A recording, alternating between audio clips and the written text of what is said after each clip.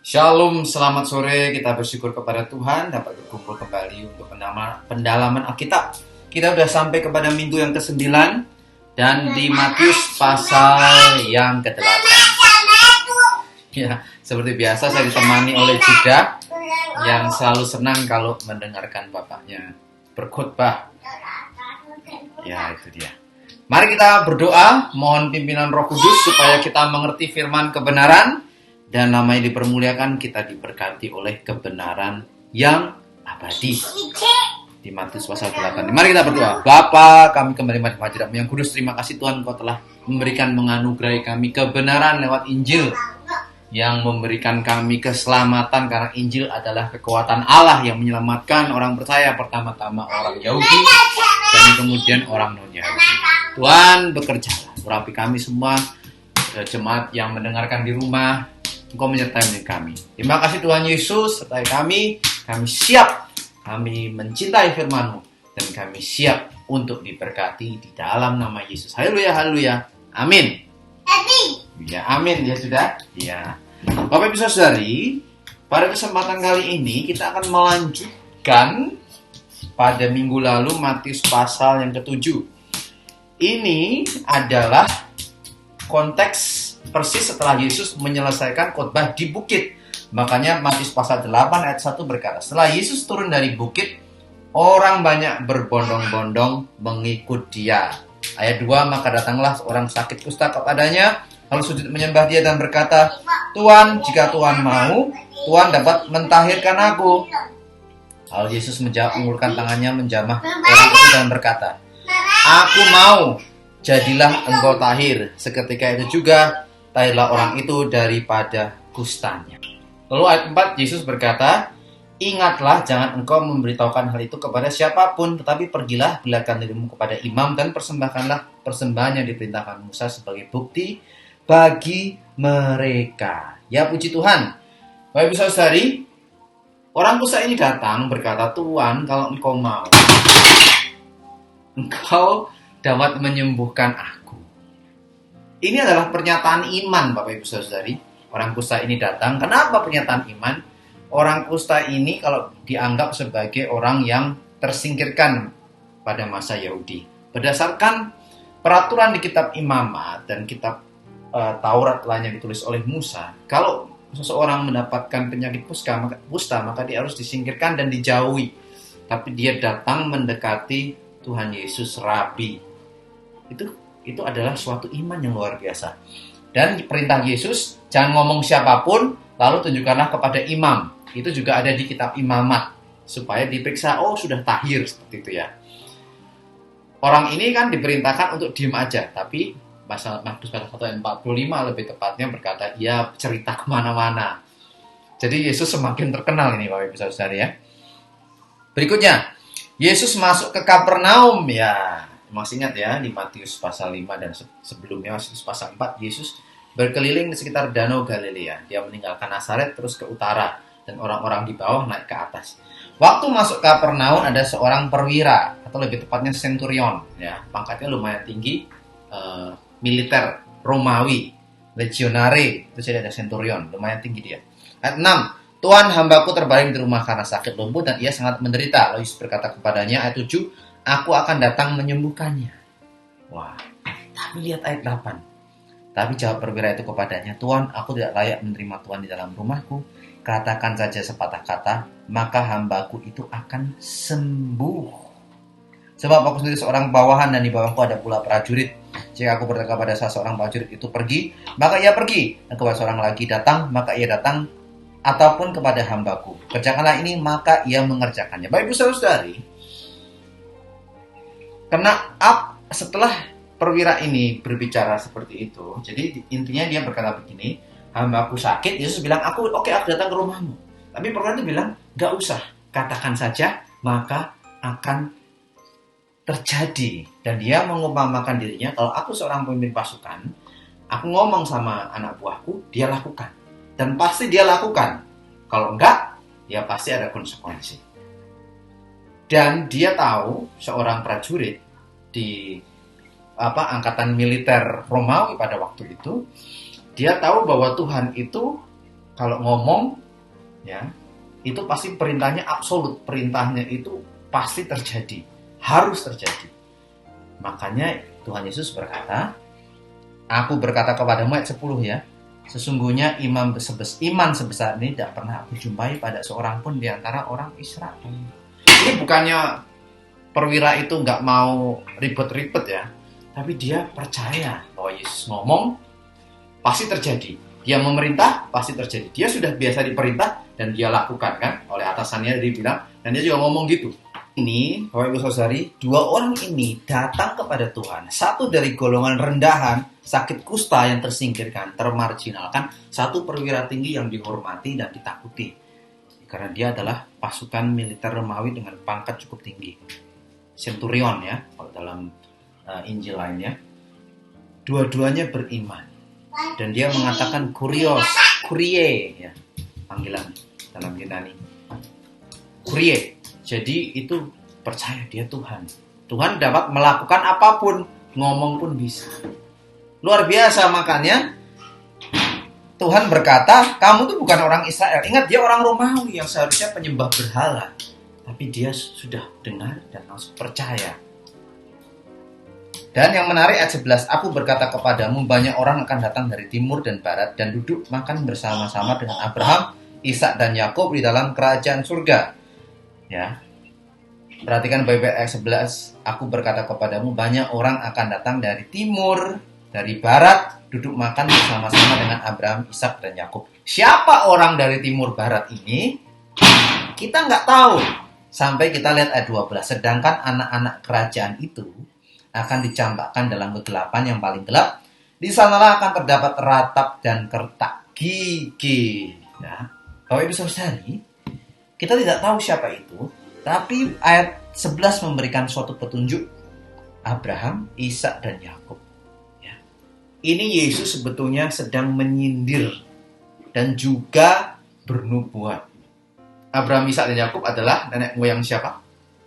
Orangnya Israel, orang Yahudi. Orang Israel yang umat pilihan Allah, yang sudah gagal. Orang Israel harusnya jadi terang bagi bangsa-bangsa, tapi gagal total. Makanya Yesus berkata, besok itu orang-orang yang kamu anggap kafir itu, hei orang Yahudi, akan duduk gantiin kamu di meja makan kerajaan surga. Nah, kamu itu dicampakkan.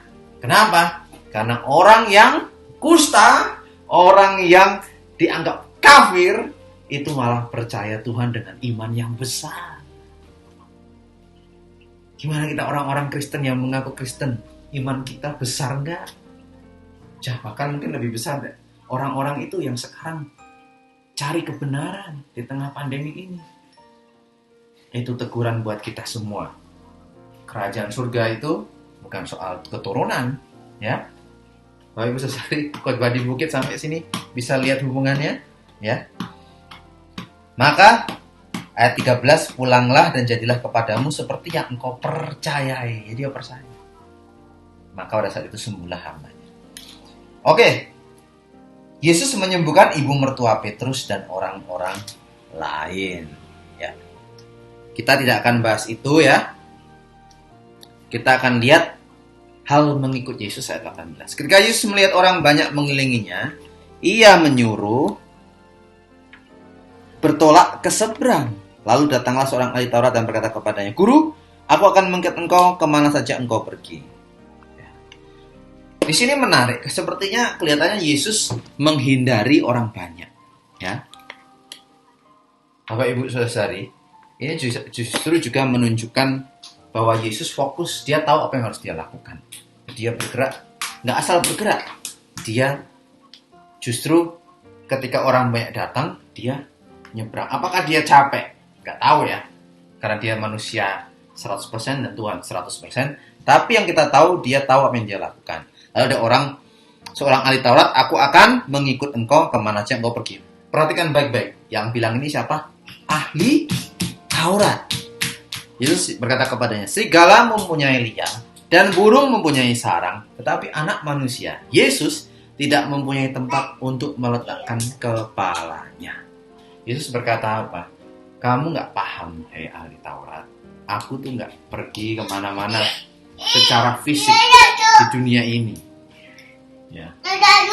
Yesus ngomongin tentang kerajaan surga yang mungkin ahli Taurat ini memahaminya tentang suatu tempat, suatu tujuan. Ya. Kemana engkau pergi? Yesus bilang bukan masalah itu. Seperti itu.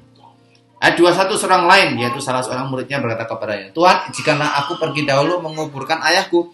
Tapi Yesus berkata kepadanya, ikutlah aku dan biarlah orang-orang mati menguburkan orang-orang mati mereka. Wah, ini sepertinya jawaban ekstrim ya.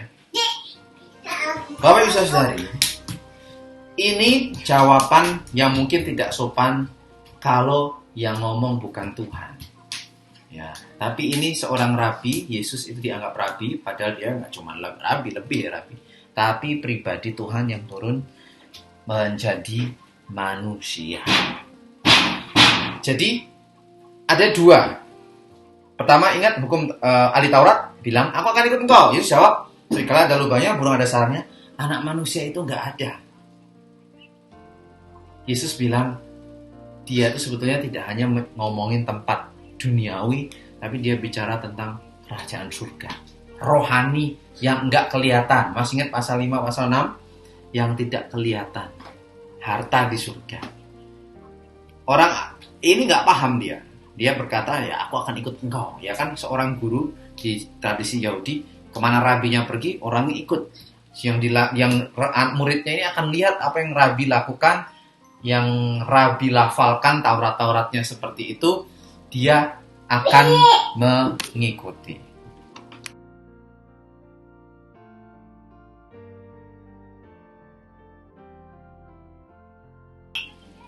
Jadi Yesus tidur dan muridnya berkata, kita binasa ini.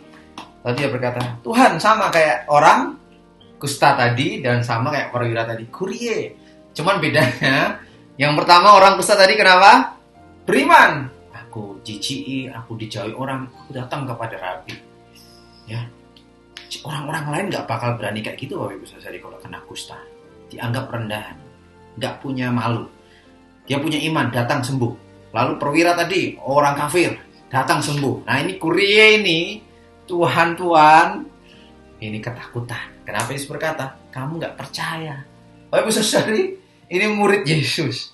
Ingat tadi, waktu bertemu dengan perwira, Yesus berkata, nanti akan ada orang dari timur, dari barat datang menggantikan keturunan-keturunan Israel tadi. Termasuk orang ahli Taurat tadi yang berkata mengikut Yesus. Enggak dong. Yesus berkata kepada, ingat ahli Taurat tadi, kamu masih mau ikut aku apa? Aku nggak punya tempat loh. Mau ikut aku? Gitu. Ya. Jadi, kemudian Yesus menghardik dan anginnya tenang. Lalu katanya, orang apakah dia ini sehingga angin dan danau pun taat kepadanya. Dari sini kita tahu bahwa murid-muridnya belum yakin sepenuhnya bahwa dia itu Tuhan. Orang apa ini? Ya, antropon macam apa? Gitu ya. Nah, dua orang yang kerasukan disembuhkan. Setibanya di seberang, ya, yaitu daerah Gadara, datanglah dari perkuburan dua orang kerasukan setan menemui Yesus. Mereka sangat berbahaya sehingga tidak seorang pun yang berani melalui jalan itu, dan mereka itu berteriak kepadanya, apa urusanmu dengan kami, hai anak Allah? Apakah engkau kemari untuk menyiksa kami sebelum waktunya? Menarik. Ya, pertama, dua orang-orang nggak pernah lewat situ, tapi Yesus dan murid-muridnya lewat situ. Oke? Jadi terkenal ini. Lewat angker gitu ya. Tapi setan ya yang merasuki mereka berkata, roh jahat yang merasuki mereka berkata, apa urusanmu dengan kami? Hei anak Allah yang maha tinggi, apakah engkau kemari untuk menyiksa kami sebelum waktunya? Iblis itu tahu bahwa suatu hari mereka akan disiksa selama-lamanya dalam kebinasaan. Seperti dikatakan di kitab Wahyu ya, pasal 19, 20, 21 tentang kebinasaan Lucifer dan para pengikutnya. Tapi ada satu yang bisa kita pelajari. Setan pun tahu bahwa Yesus adalah Tuhan. Oke, Bapak Ibu Saudari, Matius 8 ini bicara tentang dua orang yang tahu siapa Tuhan. Orang kusta tahu dan percaya. Orang kafir perwira tahu dan percaya. Orang murid-muridnya, pertama ahli Taurat itu ya, mau ikut Yesus. Yesus bilang, kowe gelem mau ikut aku gak punya tempat tinggal loh. Nah, gak dong ini. Lalu murid-muridnya bilang apa? Aku binasa ini. Tuhan. Gitu. Mereka gimana? Gak percaya dan bilang orang macam mana ini ya. Lalu setan pun juga tahu. Setan pun tahu ya. Orang keenam ini. Sebentar, saya ulangi lagi. Orang kusta, perwira, ya, terus orang Taurat yang gak percaya, yang gak paham. Lalu apa lagi? Murid-muridnya. Lalu setan. Yang kelima. Pribadi yang kelima ini juga tahu. Dia tahu Yesus adalah Tuhan. Tapi nggak menghormati, nggak menyembah. Ya, setan pun tahu Yesus Tuhan, Pak Yesus. Tapi menolak. Tapi siapa yang percaya? Orang kusta dan perwira. Ya, kita sudah tahu apa yang terjadi. Nanti ada babi dan dibuanglah ke situ ya. Kemudian ayat 33, maka larilah penjaga-penjaga babi itu dan setibanya di kota diceritakanlah kepada segala sesuatu juga tentang orang-orang yang kerasukan setan itu. Baik Ibu saudara-saudari, perlu diketahui babi itu haram di kalangan orang Yahudi. Jadi fakta bahwa mereka memelihara babi ini pasti mereka kemungkinan besar untuk orang-orang non-Yahudi. Dan babi-babi itu jatuh, mati semua, ya. Nah, kenapa babi-babi itu? Bapak Ibu saudari, apakah babi itu nggak bisa renang? Bisa, tapi nggak pinter. Tapi ingat, babi itu memiliki kaki yang seperti ini, runcing, ya. Kalau dia harus berenang gini, maka dia membelah lehernya, mati tenggelam. Ada kemungkinan seperti itu. Ayat 34, maka keluarlah seluruh kota mendapatkan Yesus. Dan setelah mereka berjumpa dengan dia, mereka pun mendesak supaya ia meninggalkan daerah mereka. Kenapa? Rugi, babinya mati kabeh. Makanan haram pada saat itu ya, untuk orang Yahudi. Dan semua orang tahu. Itu langsung heboh itu. Bapak Ibu saudari, apa yang bisa kita pelajari? Ingat, ada 5 pribadi. 5-5-nya memanggil Yesus adalah Tuhan. Satu orang kusta percaya, walaupun dia jijik, disingkirkan, dia tetap percaya, sembuh. Ngomongnya juga sopan lagi kalau engkau mau. Perwira orang dianggap kafir, nggak kenal Allah, datang percaya, ngomong aja sembuh.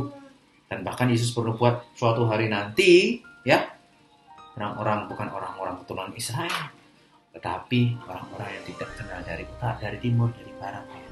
Yang ketiga, orang Taurat ini mengikut engkau. Yesus berkata apa? Tuhan, aku akan mengikut engkau kemanapun engkau pergi. Tuhan bilang apa? Aku tuh nggak punya tempat loh, masih mau ikut aku. Ya. Terus yang kelima, murid-muridnya juga ngomong Tuhan. Orang percaya, setan yang terakhir. Ya, roh jahat ini aku tahu itu Tuhan. Tapi ya setan selalu melawan, mendustai, selalu mencemooh nama Tuhan dan mempengaruhi orang untuk membenci Tuhan. Matius pasal 7, makanya berkata, bukan orang yang berkata Tuhan yang akan masuk kerajaan Allah, tapi dia yang melakukan kehendak Bapa. Luar biasa. Sampai pasal 8 ini kita masih lihat tema yang sama. Kerajaan Allah itu bukan cuma yang ngomong Tuhan, bukan cuma yang nyanyi Tuhan, bukan cuma yang ke gereja-gereja berbaju bagus, berdandan bagus, bersuara bagus, bergelar tinggi, bukan. Tapi yang melakukan kehendak Allah dan percaya.